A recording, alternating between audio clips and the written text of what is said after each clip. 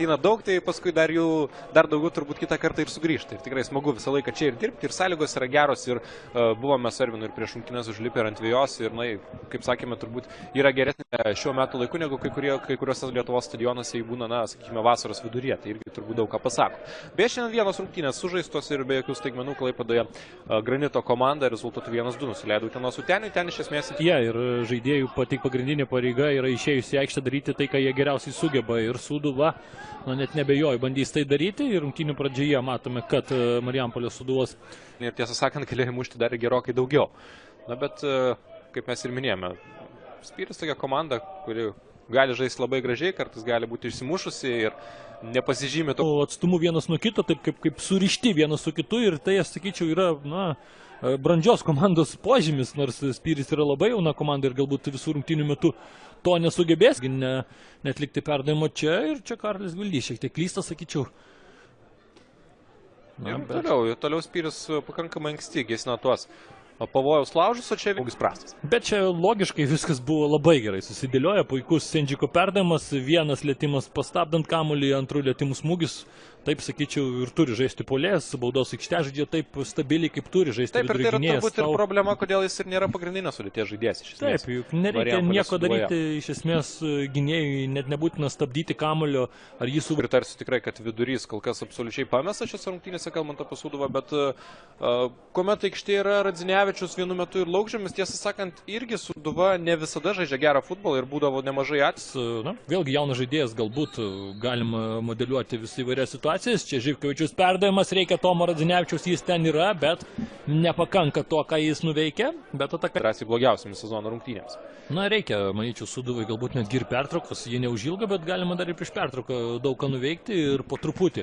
Atsigavimo ženklai yra, štai uždirbamas per pridėtą. Atsimename, kad pauzių buvo ir galbūt netgi porą minučių. Vėliolės baudos aikštelė išmaudo vieną, antrą ir čia taip pat 11 metrų baudinys. 100%. Taip, ir Miškinis ne.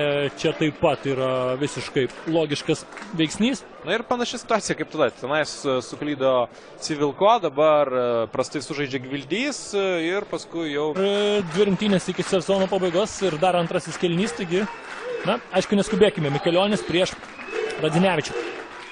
Sūduvos kapitonas šauna ir prašauna. Na, dabar nepastebėjau, tiesą pasakius, kiek, na...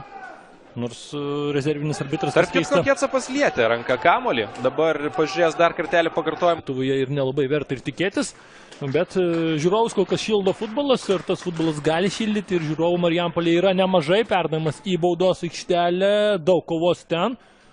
Kamuolį Vaitui Slavickui labai gražus beje įvartis gavosi. Na, visus gražiausius įvarčius, kaip ir visada, galite pamatyti Futbolo TV. Tenais mes renkame visada turo gražiausią įvartį, mėnesio gražiausią, na, be abejo, rinks 120, turbūt galima ir taip sakyti, bet labai greitai tie du įvarčiai antrojo kėlinio tiesiog pačioje pradžioje. Na, dar nenužudė Spyrė, bet... Labai daug, na, gali būti, kad rezultatas visiškai net nebylos, kad čia buvo kažkokia intriga. Tomas Radzinevičius. Na, čia Tomas Radzinevičius. Ir be abejo, jis nori savo įvarčio, na, šiandieną tą įvartį. Viskas klosi, kita vertus, na, vėlgi, Gvildys, na, ar tai yra eksperimentas statyti kraštą, turbūt ne, nes ten yra žaidęs daug rungtynių šiame sezone, o Šilkaitis anksčiau yra žaidęs krašte, taip kad, na, vėlgi, kažkiek tai yra patikrinti, priverčia situaciją.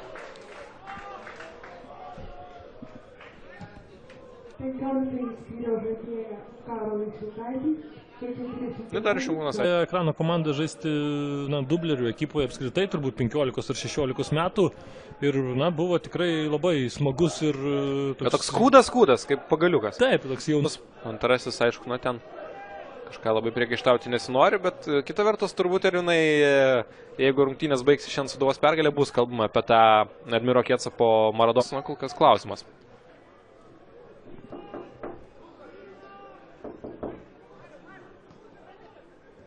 Morozas.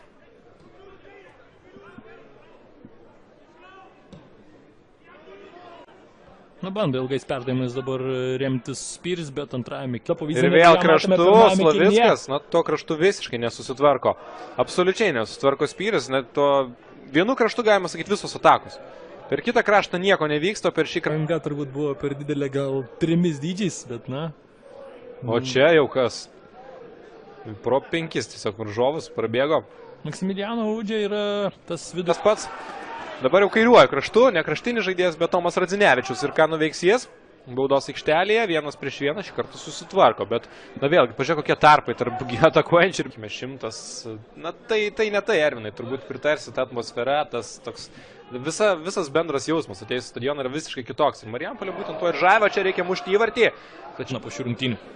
Na ir toks epizodas tikrai negali kelti vėliavėlės, bet aišku, Sikorskis toks įspūdis, kad nelabai išsimušė iš to žaidybinio ritmo. Čia kamuolys taip pavojingai laviruoja baudos aikštelėje, tačiau vartus neskrieja žaidimas. Žmogus voras beveik. Įnešė tiesiog rankomis. Bet reikia mokėti taip subtiliai. Čia į baudos aikštelę pavojingai ir kas bus, kamuolys labai.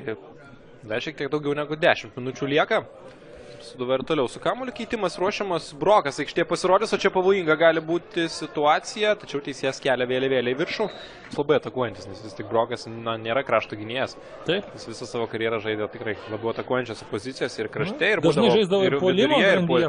Taip, ir populė, ir visiškai puolime. Bet atrodo perstatymai visgi. Atrodo, kad Ilja Civilko žais kairėje, o stipriai pasikeitusios. Kardinaliai turbūt netgi. Gali net teoriškai ir išnykti. Kur nors komanda. Na, tikėkime, kad taip aišku. Tikėkime ne, bet na, čia nėra juokas. Aišku, teoriškai ženkliai priklausė Sūduvai. Miškinis. Na, ne pačias geriausias šiandien rungtynės Miškiniui. Na, ne pačias geriausias, aišku, ir visai spyrio gynybai. Veliulis! Dar vienas šansas. Ir, aišku, gerai apdirbti kamuolį, bet pamatėme, kad Ernestas Veliulis tą sugeba puikiai, puikus pirmasis lietimas, puikus kamuolio stabdymas ir po to tiesiog sušaudamas Deividas. Pergalė be kažkokių papildomų nervų, nes labai greitai per trumpą laiką komanda sumušė tos įvarčius. O čia jau kai pradeda nesisekti, tai ir slydimai lygiose vietose ir panašiai. Kažką pridės, taip. Jis patinka toks atakuojantis futbolas, sako, pažaiskit. Vyrai dar. Geras perdavimas. 3 minutės, o čia Radzinevičius, bet norėjau sakyti šansas, bet paskutinė akimirka kažkas vienas iš spyrio gynėjų tiesiog